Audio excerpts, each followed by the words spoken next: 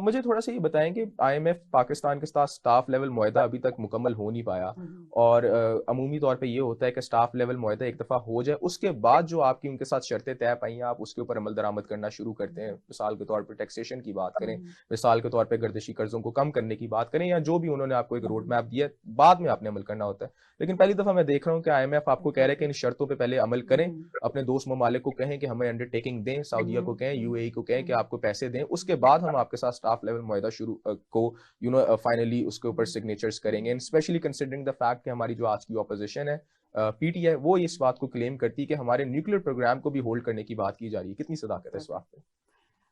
سب سے پہلے تو thank you for having me here. اور یہ کہ آئی ایم ایف کو تھوڑا سا انڈرسٹینڈ کرنا میرے خیال میں بہت ضروری ہے، بیکاز آف دا فیکٹ کہ آئی ایم ایف کی جو شرائط ہیں اس کی وجہ سے پچھلے 3-4 مہینے کے اندر اندر پاکستان کے اندر جو کاسٹ آف لیونگ ہے آلموسٹ 30% بڑھ چکی ہے. اور اگر ہم یہ سوچ رہے ہیں کہ آئی ایم ایف ایک ایسی انٹرنیشنل باڈی ہے، ایک آرگنائزیشن ہے جس سے قرضے لینے کے بعد ہمارا ملک جو ہے وہ ایک سیدھے راستے پہ چل پڑے گا اور ایک ترقی یا ایک بہتر اکنامک پوزیشن پہ آ جائے گا، تو یہ ایک ہماری غلط فہمی ہے. بیکاز آف دا فیکٹ کہ آئی ایم ایف کی جو شرائط ہیں جن میں آپ کے ڈفرینٹ چیزوں کے اوپر سے سبسڈی کم کر دینا، آپ کی بجلی، آپ کا پیٹرول، آپ کی گیس، ان سب کے بلز کو بڑھا دینا، اس کے علاوہ آپ کی جو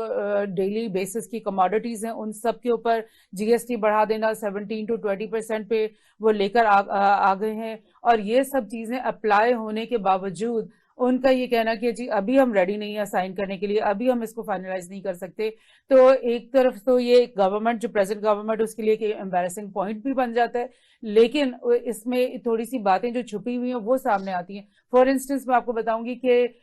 جو نیٹ پرائس ہے جو ان کا اسپوکس پرسن ہے یو ایس کا، حالانکہ I M F is a different thing and U S is a different thing, لیکن اس کی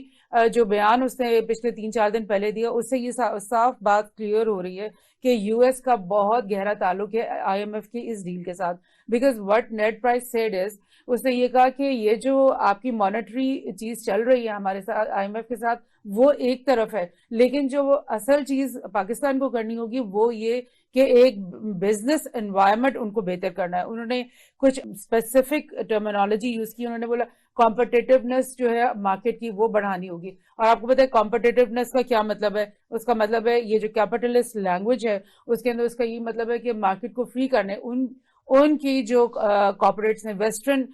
بیسڈ کارپوریٹس جو ہیں ان کے لیے مارکیٹ کو فری کریں. اس کے بعد اس نے کہا کہ آپ کو جو اپنی بزنس کی جو فائنینشیل جو جن لوگوں سے آپ کو کاروبار کرنا ہے وہ بھی جو ہے ہمارے مطابق ہونا چاہیے، which means very simple very bluntly اس نے اس چیز کی طرف پوائنٹ آؤٹ کیا ہے کہ آپ کو بزنس بھی اب صرف ہمارے ساتھ اور ہمارے ایلائز کے ساتھ کرنا ہوگا. ان ادر ورڈز آپ کو رشیا کو خیر بات کہنا ہوگا، آپ کو سی پیک اور اپنا جو چائنا کے ساتھ آپ کی فرینڈشپ ہے اس کو آپ کو بٹ انیلا ریجیکٹ کرنا دس واز ہوگا. مائی کوشچن کہ یہ تو آئی ایم ایف پہلے سے بھی ڈیمانڈ کرتا آ رہا ہے، اور ہم نے تبھی میں ہمیشہ کہتا ہوں کہ آئی ایم ایف کے ساتھ جو ہمارا ریلیشن شپ ہے وہ اسی چیز پہ بیس کرتا ہے کہ they ask us to do more, اور ہمیں کمپرومائز کرنے کو کہتے ہیں انسٹیڈ کہ ہمیں انسینٹیوائز کرے. نیوکلیر ہمارا جو ہمارا اسٹیٹس ہے اس کو سسپینڈ کرنے کی بات کی جا رہی ہے. آپ کو نہیں لگتا کہ یہ نیشنل سیکورٹی کا ایک بہت بڑا تھریٹ ہے؟ قبل کچھ $1.5 بلین کے لیے اگر ہم اپنے نیوکلیر پروگرام کو سسپینڈ کر دیتے ہیں، انڈیا جیسا ملک، افغانستان جیسا ملک ہمارے ساتھ لگتا ہے، یہ کیسے دیکھتی ہیں آپ اس کو؟ اس میں صداقت ہے یا نہیں اس بات میں؟ دیکھیے گورنمنٹ کے جو اسپوکس پرسن ہے اسپیشلی اسحاق ڈار نے کل بالکل ریفیوٹ کر دیا اس چیز کو کہ جی ہم اپنے نیوکلیئر ایسٹس کے اوپر کوئی کمپرومائز نہیں کریں گے، کچھ بھی نہیں، ایسی بات نہیں ہے. لیکن آف کورس جب یو ایس کے جو آئی ایم ایف کی ٹیمیں یہاں آ کر بیٹھتی ہیں، پھر اس کے علاوہ آپ سے بھی بات ہو رہی تھی کہ رات چائلڈ اور ان کی جو کمپنی ہے وہ آ کر یہاں پہ بیٹھی ہے، تو ڈیفینیٹلی ان کا ٹارگیٹ پاکستان کے نیوکلیئر ایسٹ جو ہے ان کا ایک مین میجر ٹارگیٹ ہے. اور میرے خیال میں اس وقت جو گورنمنٹ ہے جو ٹوٹلی یو ایس کے پریشر کے انڈر آئی ہوئی دکھائی دیتی ہے just because of the I M F this treaty, اور وہ شاید یہ سمجھ رہے ہیں کہ اس سے بہتر ان کو موقع نہیں ملے گا کہ وہ اتنا پریشر جو اس گورنمنٹ پہ ڈال سکتے ہیں، اسپیشلی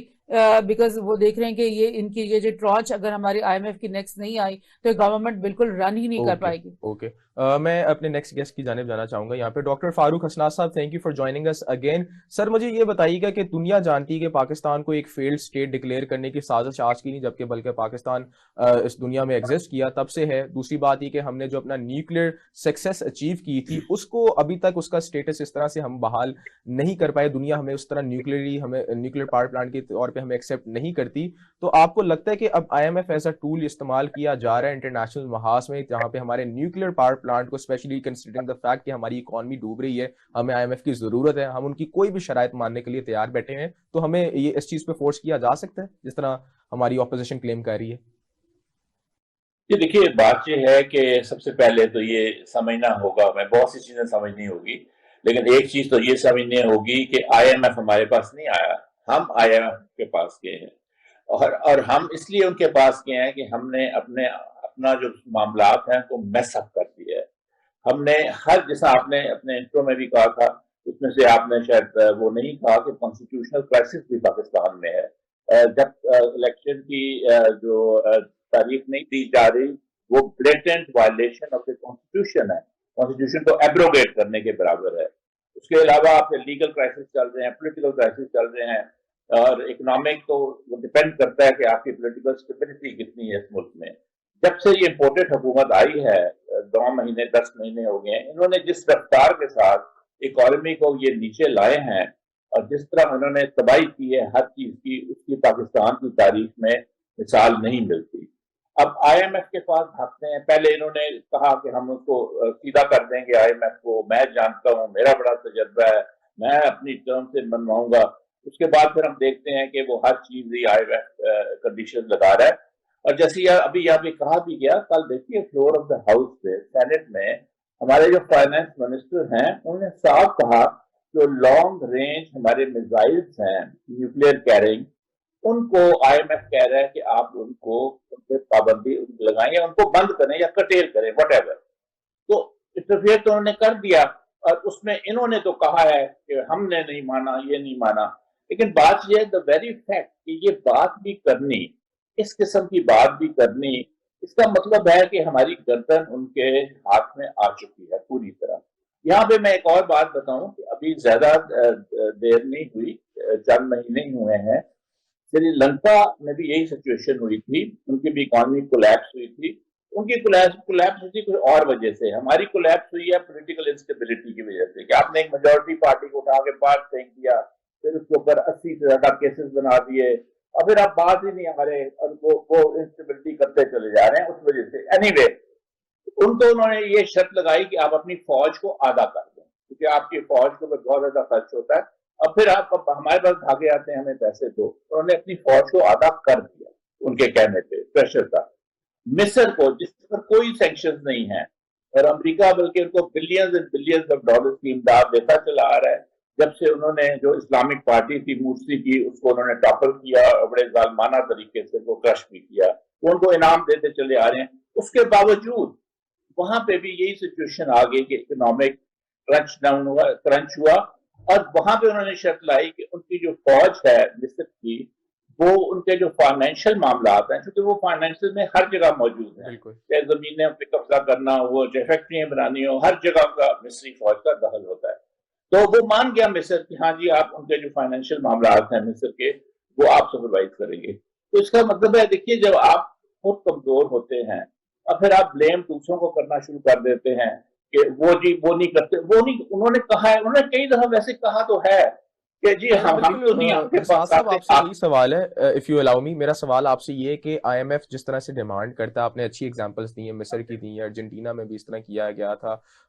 بہت ساری ناردرن امریکن کنٹریز ہیں جہاں پہ آئی ایم ایف اس طرح کر بیٹھتا ہے. لیکن پاکستان کا پرسپیکٹو میں چیزیں تھوڑی سی ڈفرینٹ ہیں. یہاں پہ اسٹیبلشمنٹ آپریٹ کرتی ہے, ہماری ایک بڑی اسٹرانگ آرمی ہے, ہم جس اسٹریٹجک پوائنٹ آف ویو پہ پائے جاتے ہیں, اتنا آسان نہیں ہوگا. بے شک مجھے بڑا اچھا ایک ان کا یاد آتا ہے ذوالفقار علی بھٹو صاحب کا, کہ وہ کہہ رہے تھے کہ یار ویل ایٹ گراس, لیکن ہم اپنا اس پروسیس کو پورا کریں گے, ہم نیوکلیر پاور بن کے دکھائیں گے. دس شوز کہ ہماری commitment towards the nuclear process ایک بڑی اسٹرانگ کمٹمنٹ ہے, اور ہماری آرمی اسپیشلی وہ اس چیز کو کبھی بھی نہیں فارگو کر سکتی کہ کوئی ہمیں چند پیسوں کے قبل ہم اپنے پلانٹ کو اس طرح جانے دیں. اس کے بارے میں آپ کا کیا کہنا ہے؟ نہیں, میں یہ نہیں کہہ رہا کر دیں گے, میں آپ کو یہ کہہ رہا ہوں کہ میری کنسرن یہ ہے as a citizen of Pakistan, اور آپ کی بھی یقیناً ہوگی، کہ دا ویری فیکٹ کہ یہ بات کی جائے، کیوں یہ کوئی معمولی بات نہیں ہے، کیونکہ آپ اگر ابھی تو انہوں نے میزائلز کی بات کی ہے نا، لانگ رینج کی، پھر اس کے بعد آپ کے وہ نیوکلیر پروگرام کو بھی مانیٹر کرنے کا سیکورٹی کونسل سے ایک ریزولوشن منظور کروائیں گے۔ میں یہ کہہ رہا ہوں کہ یہ بہت ہی افسوسناک ہے، اور سب سے زیادہ اتنی بڑی فوج ہم نے دیکھی اور بھی ملکوں کی، روس کی بھی بہت بڑی فوج تھی، اس کے ساتھ کیا ہوا وغیرہ، اس کو تو چلیے چھوڑیے، وہ ایک اور ٹاپک ہو جائے گا۔ لیکن بات یہ ہے کہ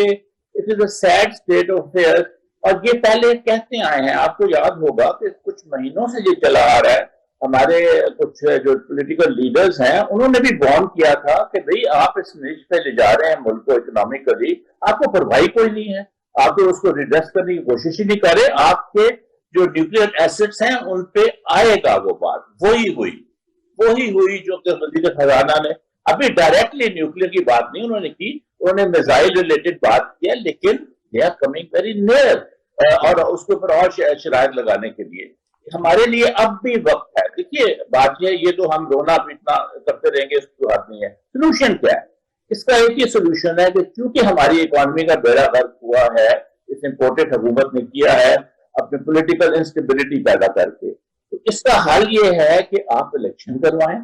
اور فری اینڈ فیئر الیکشن کروائیں، اور جو بھی حکومت، جو بھی پاکستان کے عوام جس کو ووٹ دیں وہ منتخب حکومت بنائے 5 سال کے لیے، اس سے ہی اسٹیبلٹی، پولیٹیکل اکنامک اسٹیبلٹی بھی آئے گی، ویسے یہ کبھی بھی نہیں آئے گی۔ اوکے، ایک چھوٹا سا بریک لیتے ہیں، بریک سے جب واپس آئیں گے تو اپنی گفتگو کو جاری رکھتے ہیں۔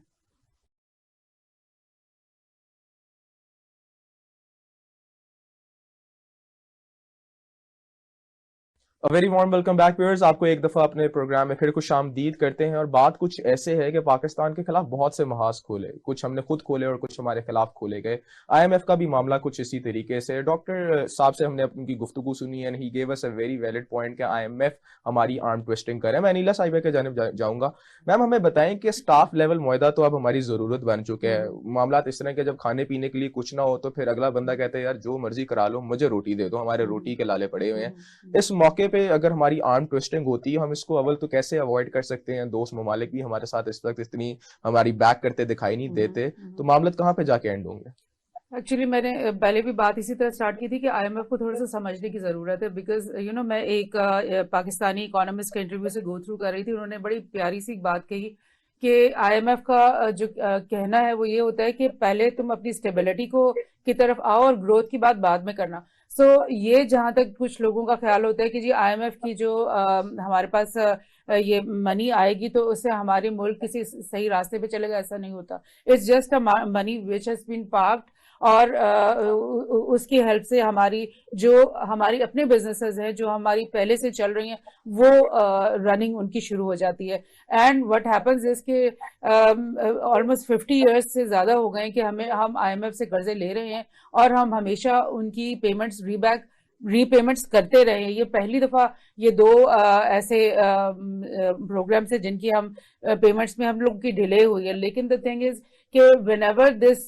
payment is going to be complete، تو ہم یہ نہیں اس وقت دیکھیں گے کہ ہم ایک بیٹر پوزیشن میں، بلکہ ہماری اس سے بھی بری حالت ہوگی، اور ہم ابھی again after the end of the programme بھی اپنے آپ کو ہم وینٹیلیٹر پہ ہی پائیں گے، اور ہم اس وقت دوبارہ سے آئی ایم ایف کی طرف دیکھ رہے ہوں گے کہ فار گاڈ سیک ہمیں تھوڑا سا منی دے دو، کیونکہ ہماری گورنمنٹ ہی رن نہیں ہو رہی، ہماری چیزیں نہیں رن ہو رہی۔ اور اس کے ساتھ ساتھ جیسے آپ نے بولا کہ ہمارے دوست ممالک کیا ہماری ہیلپ کرنے کے لیے ریڈی ہیں، دا تھنگ از کہ آئی ایم ایف کے اس پروگرام کو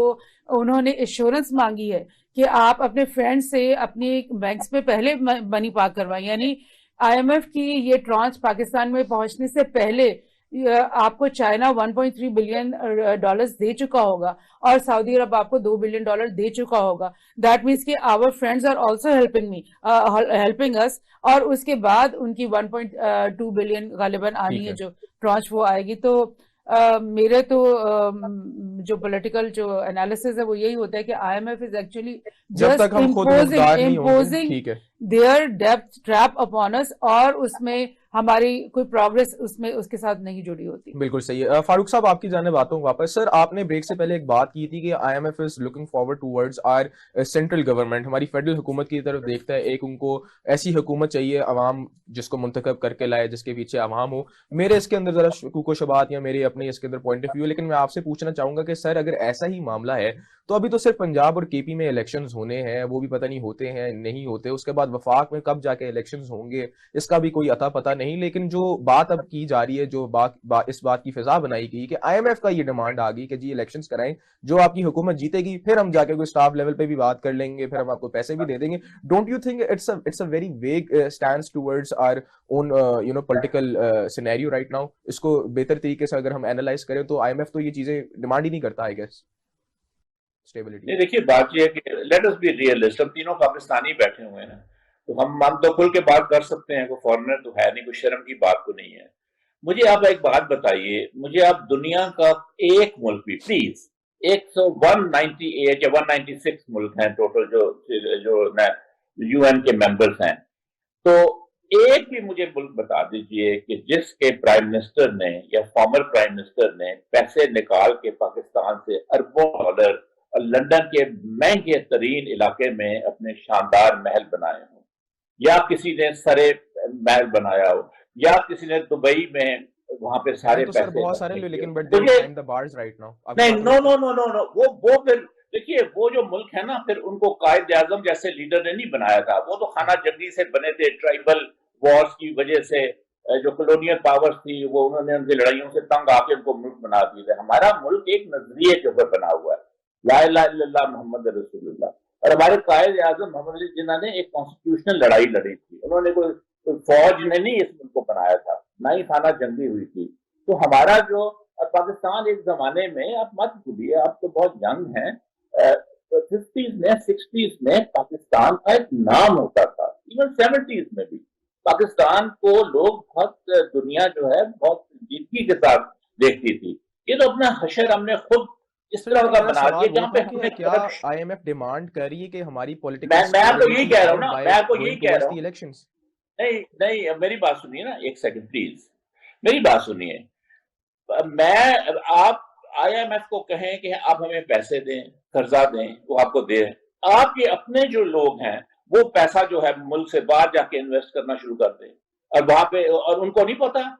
یہ تو ہم ساری دنیا کو پتا ہے نا کہ آپ کے لیڈرز جو ہیں یہاں سے پیسے اٹھا کے باہر لے جاتے ہیں, اور آئی ایم ایف کہتے ہیں کہ آپ پیسے ہمیں یہاں آپ لا کے دیں. یہ تو کوئی لاجیکلی یہ بات بنتی نہیں ہے نا, کوئی سینس نہیں بنتا. دیکھیے اس میں coming back to the solution, یہ تو ہم کہتے ہیں اس کی کوئی سولوشن یہی ہے کہ یہاں پہ الیکشن, آپ نے بات کی نا کانسٹیٹیوشن کو, جناب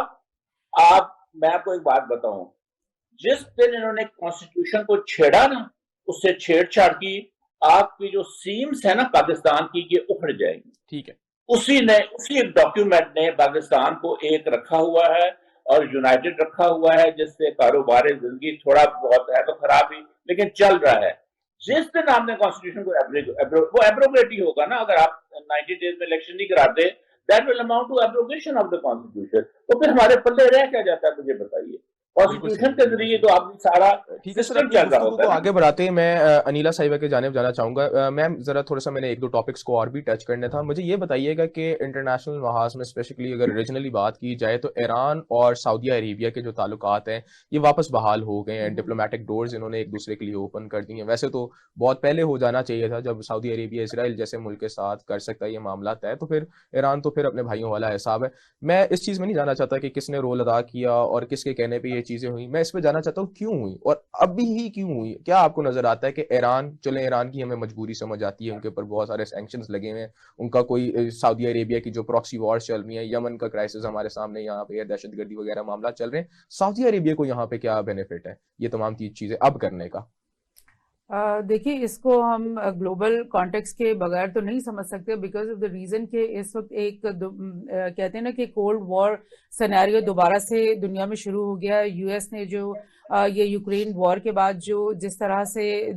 تمام دنیا کے ممالک کو سپلٹ کرنے کی کوشش کی ہے, اپنے کیمپ میں لانے کی کوشش کی ہے, اور اسپیشلی چائنا کے خلاف ایک ٹریڈ وار شروع کر دینا, اور یوکرین کے خلاف رشیا کے خلاف یہ یوکرین کے محاذ میں کود پڑنا, یہ سب چیزیں جیسے ہو رہی تھیں تو آپ یہ سمجھ لو کہ ایک گلوبل چیس بورڈ ہے جس میں یو ایس اور اس کے الائز تمام لوگوں کو, ممالک کو اپنی طرف ایک میگنیٹ کی طرح کھینچنے کی کوشش کریں. اسی طرح سے چائنا اور رشیا کو بھی اپنی ایگزسٹنس کے لیے اور اپنی سروائیول کے لیے یہ ضروری ہو گیا کہ وہ بھی اپنے کیمپ کو اسٹرینگتھن کریں, اور اسی کے لیے بجائے اس کے کہ وہ کسی جنگی محاذ میں کود پڑتا ہے, چائنا نے ایک بہت سمجھداری کا میں سمجھتی ہوں کام کیا ہے, اور ایک اچھا ہیومینیٹیرین کام کیا ہے کہ جو دو ممالک جو ہیں ایران اور سعودی عربیہ, وہ ایسے بہیو کر رہے تھے پچھلے آئی تھنک 30-40 ایئر سے ایز آرچ اینمیز, اور ان کی اس ڈویژن کی وجہ سے مڈل ایسٹ ہمیشہ اس خطرے کا شکار رہتا تھا, ہمیشہ یہ تھریٹ رہتا ہے کہ کسی بھی وقت جو ہے ان کے بیچ میں کوئی اور نئی جنگ شروع ہو جائے گی, بیکاز سیریا کے اندر بھی یو ایس اور سعودی کے بیچ کی پراکسی وار. لیکن انیلا صاحب آئی ڈو انڈرسٹینڈ کہ اس کے کیا پروپورشنز تھے, لیکن what made Saudi Arabia came across اور ہاتھ ملانے پہ ان کو کس چیز نے مجبور کیا, کیونکہ یہ معاملات تو آج کے ہیں نہیں, یہ تو بڑے پرانے معاملات ہیں. آج کی تاریخ میں کیا اس پہ زور پڑا ہے؟ میں آپ کو یہ ایکسپلین کرنے کی کوشش کرتی ہوں کہ ظاہر اکنامک جو بھی معاملات ہیں ان کا تعلق پالیٹکس سے ہوتا ہے, اور پولیٹیکل معاملات کا اکانومی سے ہوتا ہے. دا تھنگ از کہ جو سیرین وار تھی اس کے اندر سعودی عرب کا یو ایس کے ساتھ یہ ایک چیز تھی, مطلب ایک انڈرسٹینڈنگ تھی کہ وہ بشار الاسد کو وہاں سے آؤٹ کر دیں گے, نکال باہر کریں گے, جس کے بعد سعودی عرب سمجھتا تھا کہ اس ریجن کے اندر جو ان کے انمیز ہیں ایران, ان کی جو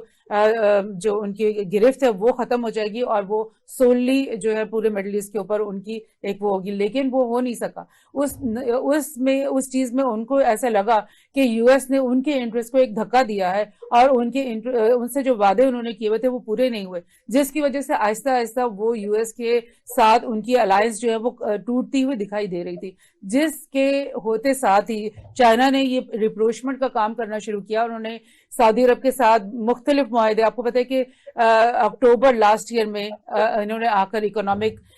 معاہدے کیے. چائنا نے زی جن پنگ خود یہاں آئے ہوئے تھے, انہوں نے ایم بی ایس کے ساتھ مل کر ہوائی وے کیا معاہدہ کیا, ان کی ایک سٹی بنانے کا معاہدہ کیا, اس کے علاوہ اور بہت سارے انفراسٹرکچر پروگرامز. اسی طرح سے انہوں نے ایران جو کہ سینکشنز کا مارا, وہ ایک ملک ہے جس کے ساتھ کوئی دنیا کا ملک جو ہے بزنس کرنے کے لیے ریڈی نہیں ہے, اس کے ساتھ لاسٹ ایئر کے اینڈ میں چائنا نے یہ $300 to $400 بلین کا معاہدہ کیا کہ آج کے بعد سے تمہارا جتنا بھی آئل تم نے بیچنا ہے وہ سب ہم خرید لیں گے. So coming closer to these countries in the economic front, and then coming to position جس میں وہ آ کر کہہ سکتے ہیں کہ تم دونوں اپنے ایشوز کو ختم کرو اور تم اپنے بیچ میں پیس لے کر آؤ, تاکہ مڈل ایسٹ جو ہے وہ اس وقت ایک جو خاک اور خون کا وہ بنا ہوا ہے, محاذ بنا ہوا ہے, وہ چیز ختم ہو جائے. اور آپ نے بالکل ٹھیک بولا کہ بی آر آئی کے جو پروجیکٹ ہے وہ لائک ایک گلوبل پروجیکٹ ہے, اور اس کو جو روٹس چاہیے وہ صرف پاکستان سے گزر کے ضروری نہیں آئیں, وہ ایران سے بھی گزر کر آ سکتے ہیں اور وہ عراق سے بھی گزر کر آ سکتے ہیں. لیکن وہاں سے کیوں یہ سب کچھ نہیں ہو رہا؟ بیکاز آف دا ریزن کہ یہاں پر جنگیں ہی نہیں ختم ہو رہی, یہاں پر کوئی گورنمنٹ اسٹیبلٹی کی طرف آ ہی نہیں رہی ہے. تو doing this I think China کا تو یہ بہت بڑا مطلب حل ہوتا ہے. اور جیسے آپ بول رہے ہو کہ سعودی عرب کو اس سے کیا فائدہ ہو رہا ہے, ڈیفینیٹلی آج کی میں آپ کو نیوز بتاؤں کہ سعودی منسٹر نے آج یہ بولا ہے کہ ہمارے پاس تو بہت سارے پروجیکٹس ہیں ایران کے ساتھ کرنے کے لیے, اور ہم بہت جلدی, یعنی یہ سیٹ کہ very quickly we can start doing trade with Iran. That means کہ اگر یہ دشمنی اور یہ خام خواہ کی جو بیر ہے یہ ختم ہو جائے تو سعودی عرب کے لیے بھی یہ ایک پورا مڈل ایسٹ جو ہے وہ مزید اچھے طریقے سے اوپن ہو جائے گا. اور مڈل ایسٹ کے اندر جو ڈیوائڈ اس وقت آئی ہوئی ہے, کیونکہ مڈل ایسٹ کے گلف کے کچھ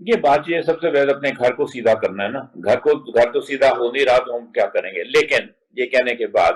دیکھیے چائنا کے ساتھ پاکستان کے کوئی نئے تعلقات نہیں ہیں. مجھے افسوس ہوتا ہے میرے اپنے جو اسٹوڈنٹس ہیں ایون پی ایچ ڈی کے جو اسٹوڈنٹس ہیں وہ جب یہ بات کرتے ہیں کوشچن مارک کرتے ہیں چائنا پاکستان ریلیشنز پہ, تو یہ تو ایک بہت ہی سیلف ڈیفیٹنگ سی بات ہے کہ اگر آپ یہ کہنا شروع کر دیں کہ چائنا سے ہمیں فائدہ بھی نہیں ہو رہا. پاکستان کے چائنا کے ساتھ تعلقات شروع ہوئے تھے 1950 بلکہ 48 جیسے ہی وہاں پہ کمیونسٹ رول آیا تھا. ہمارے جو لیڈران تھے زمانے کے جو 50s کے انٹلیکچولی وہ آج کل کے جو پگمیز ہیں ہمارے سیاستدان اور کرپٹ بھی ہیں ان کے مقابلے میں بہت تیز تھے. انہوں نے سینٹوں اور سیٹوں میں ہوتے ہوئے جو کہ ڈیفنس پیکٹ تھے امریکہ کے ساتھ, اور امریکہ دشمن نمبر 1 تھا کمیونسٹ چائنا کا, وہ چائنا کے ساتھ تعلقات بڑھائے جس کا ہمیں بہت فائدہ ہوا 65 کی وار میں. 65 کی وار میں پاکستان کا جو ایسٹ پاکستان کا فرنٹ تھا وہاں پہ تو ہماری کوئی فوج بھی نہیں تھی, نہ ہونے کے برابر تھی. چائنا نے انڈیا کو وارن کیا تھا اگر آپ نے وہاں پہ حملہ کیا تو ہم پھر اس کا ہم ریئیکشن دیں گے. پلس آرمامنٹ انڈسٹری ہماری جو ٹیکنالوجی ہے ساری ٹینکوں کی اسلحے کی, اس کے بعد آپ ایئر کرافٹ کی ہمارے جو فائٹر ایئر کرافٹ ہے یہ ساری چائنا کی وجہ سے ہوا. Secondly coming back to the fast forward ہم کریں آج آ جائیں, اس وقت امریکہ نے ہندوستان کو اپنا اس علاقے میں اسٹریٹجک پارٹنر چن لیا ہوا ہے. یہ آپ مت بھولیے, ان کے مطلب کلیئرلی اور صاف طور پہ کہتے ہیں پاکستان کی کوئی حیثیت نہیں ہے امریکہ اور کے اسٹریٹجک انٹرسٹ جو اس علاقے میں ہے. پاکستان کے انٹرسٹ ہیں جڑے ہوئے strategic interest and economic interest with China. China is an emerging power. ہمارے جو لیڈر جیسے میں نے کہا 50s اور 60s ہے ان کی وجہ سے ہم ہسٹری کی صحیح سمت کی طرف جا رہے ہیں. اگر ہم اس گلوبل اور ریجنل سیٹ اپ کی ہم بات کریں چائنا کے ساتھ ہوتے ہوئے, it's not only CPEC, اس میں بہت زیادہ اور بھی اسٹریٹجک انٹرسٹ ہے. اچھا اب میں آپ کو ایک بات بتاؤں, جو ہمارے آپ کی جنریشن جو ہے میں اس کو تو پتہ بھی نہیں, بھول چکے ہیں یا ہسٹری نہیں پڑھتے. پاکستان کا جو سب سے پہلا ڈیفنس ایگریمنٹ ہوا تھا جیسے ہی پاکستان بنا ہے 1948 وہ ترکی کے ساتھ ہوا تھا. اس کے ساتھ پاکستان کے جو نیشنل جو انٹرسٹ جو تھے قائد اعظم کی ڈائریکشن کے اوپر وہ چائنا کے ساتھ ایران کے ساتھ ہوئے تھے. اسی لیے سینٹوں میں تو تھے ہم, سینٹوں میں تو ہم تھے, سیٹوں میں نہیں. سینٹوں میں تو ہم تھے ایران, ترکی اور پاکستان, لیکن امریکن سپانسرڈ وہ تھا. لیکن آر سی ڈی جو 64 میں بنا تھا which was purely an economic organization, وہ پاکستان, ایران اور ترکی کا تھا, جو کہ 1980 میں ایکسپینڈ ہوا تھا اور اس میں کوئی سینٹرل ایشین ریپبلک بھی شامل ہوئی تھی. پھر اس کا نام ECO تبدیل ہو گیا تھا. خدا کے واسطے ہم تو یہاں پہ چیختے رہتے ہیں کہ آپ ECO کو ایکٹیویٹ کریں, آپ ECO کو بڑھائیں. ترکی ایک بہت مضبوط ملک ہے. ایران اس کے باوجود کہ امریکن پروپیگنڈا دن رات وہ کرتے ہیں کہ ان کے پاس یہ نہیں ہے تو وہ نہیں ہے. میں تو 20 دفعہ ایران گیا ہوں, it's a highly developed country, اور انہوں نے سینکشنز کے باوجود ساری مشکلوں کے باوجود انہوں نے اپنے آپ کو بہت مضبوط کیا ہوا ہے. تو ہمارا انٹرسٹ یہی ہے کہ پاکستان, ایران, ترکی اینڈ آف کورس چائنا اور رشیا کے ساتھ بھی کہیں کہیں جہاں پہ افغانستان کا انٹرسٹ آتا ہے یا چائنا کا انٹرسٹ آتا ہے. اس لیے بجائے ادھر ادھر بھاگنے کے ہمیں تو کوئی منہ نہیں لگائے گا اس وقت جتنی بھی آپ کوشش کر لیں, لیکن یہ ہمارے نیچرل ایلائز ہیں. ہمارا کلچر, قومی ترانہ 90% تو ہمارا فارسی میں ہے. اس کے بعد ہماری ترکی کے ساتھ اور ان کے ساتھ جو کلچرل اور ہسٹورک لنکیجز ہیں وہ آپ دیکھ لیجئے, تو ایک نیچرل الائنس بنتا ہے جو ہمارے فادرز نے صحیح طور پر یہ الائنس بنائے تھے. جیسے we're down to our last minute sir, آپ کے کوئی closing remarks ہیں, کوئی suggestion ہے پاکستان think tank میں جو لوگ بیٹھے ہیں, probably ہمارا شو وہاں تک بھی پہنچے گا, any recommendations for Pakistan as a state? دیکھیے میں تو I'll be very frank, repetition ہوگی لیکن I'm sorry to say ہمیں اپنا گھر سیدھا کرنا ہے. آپ کا الیکشنز کے علاوہ کوئی حل نہیں ہے. خدا کے لیے الیکشن کروائیں, کوئی بھی حکومت آئے. انیلا صاحب آپ سے لیں گے last minutes again, آپ بتائیے گا any closing remarks, any suggestion for Pakistan as a state? Exactly.